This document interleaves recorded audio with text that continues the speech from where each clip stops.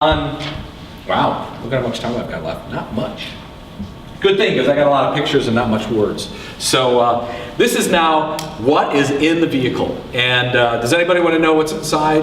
You want to know details? Yeah. All right. Being the engineers, you're kind of like, oh, tell me what's in there.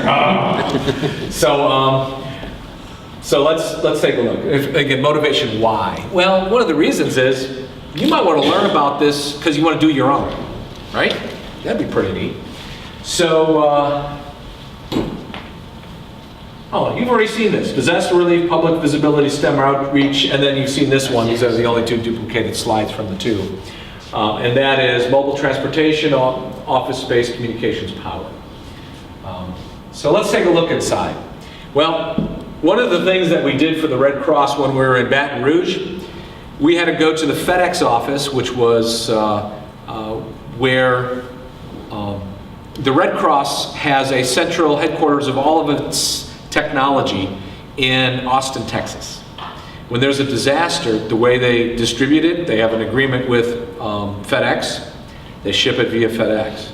FedEx had it works, doesn't it? Yeah. They don't have to worry about their own vehicles. FedEx had a little problem. A lot of its employees were affected by the flooding and basically weren't showing up for work because, first of all, they had no homes, they were worried about their homes and all that other stuff. So a lot of stuff just piled up at the FedEx warehouse.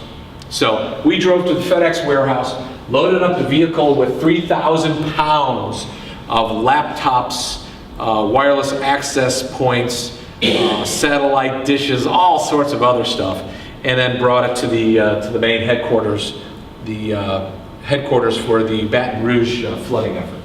So it's a mobile transport of people and equipment. It is office space. So we have a couple of tables, nice comfy chairs. We didn't ask for the comfiest chairs you can imagine, we just got them. When we bought this. And I'm going to show a little bit more about other workspaces that we have in here. We have communications. We have a rack which is full of satellite communications equipment. We're able to do IP or work with IP phones. We do have short-range radios that we use as well, and of course, as I said, Wi-Fi access point is one of the objectives of this. Oh, also a TV, and then power. So we can operate on its own power. We operate all the equipment. We can charge the power packs. We can run two air conditioning units, and we can do all this with our generator. The vehicle chassis is a Freightliner with a custom box. The unfortunate thing is this custom box has leaked, and we've taken it in for work 4 times already. So that's another problem, is that it's a new vehicle, right? It's just like a new car. Sometimes you have to take it in a couple of times to fix a problem. Well, our problem has been leaking. So we believe it's been fixed because it went through a hurricane without leaking. It's got a Cummins diesel engine. We have on the roof 3 solar panels which are used to top off the, by the way, I will make all of these readily available for you folks after this if you have an interest. Unfortunately, this presentation is 95 meg as a PPT, and I need to convert it to a PDF. Unless I could send you a 95 meg PPT. Would you like that? Okay, I didn't think so. Solar panels, of course the internet satellite dish, which is automatically deployable when you press a button. It pops up, it looks for the strongest signal, and it works best when you point the whole vehicle in a certain direction, and I think it's with the back pointed south. 2 air conditioners which keep the vehicle really cold, and then a powered vent that we can use to just blow air through the whole vehicle. We have 2 batteries that are 415 amp hours each. And we have the capability to plug into 240 shore power. We also have the outside center cabinet, which has our 10 kilowatt generator. We can start this generator either by pressing a button inside the vehicle, the box of the vehicle, or by starting it outside by the generator. The generator itself uses the same diesel as the vehicle uses for driving. So when we have to fill up the tank, we only have to fill up one tank and it draws it from it. We recently had a discussion of the type of fuel allowed to use.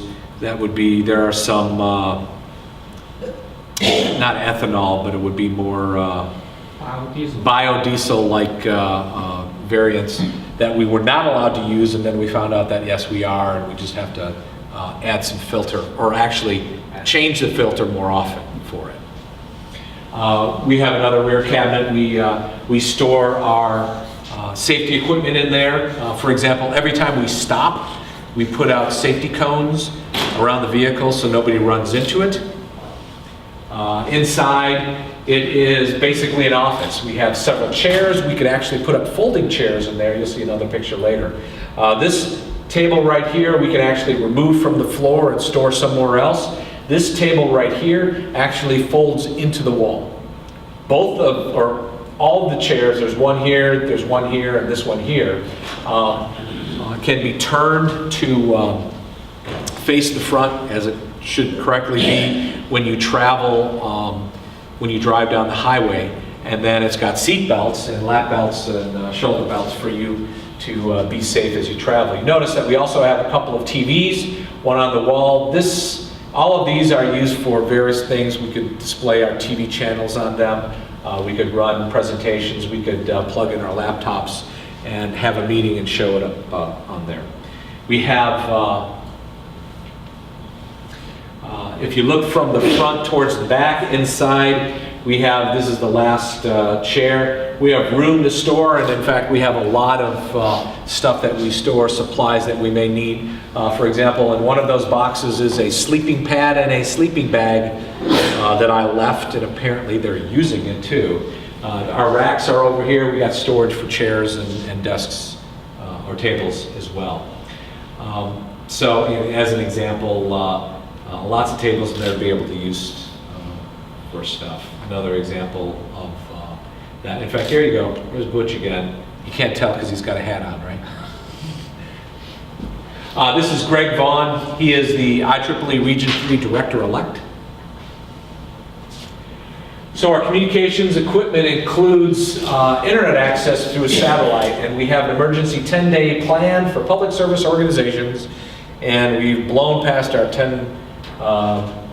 10-day plan several times. This says we have a wireless G-band router. We actually just got brand new equipment from Cisco. Apparently we got $25,000 worth of equipment, and we got it so soon that I don't even know what we have. We got this Tuesday, I think, right before a little bit earlier than that. Maybe it was Tuesday. No, it was last Tuesday. So I don't know what they have, but nonetheless, we can get TV stations, we can get satellite data, and then we could transmit that out. And these are 19-inch racks, which also includes a charging station right here. So one of the things that we wanted to do, and we could actually direct a cable out. And we also have communications short-wave radios. We use this for the home fire campaign. Power control panel.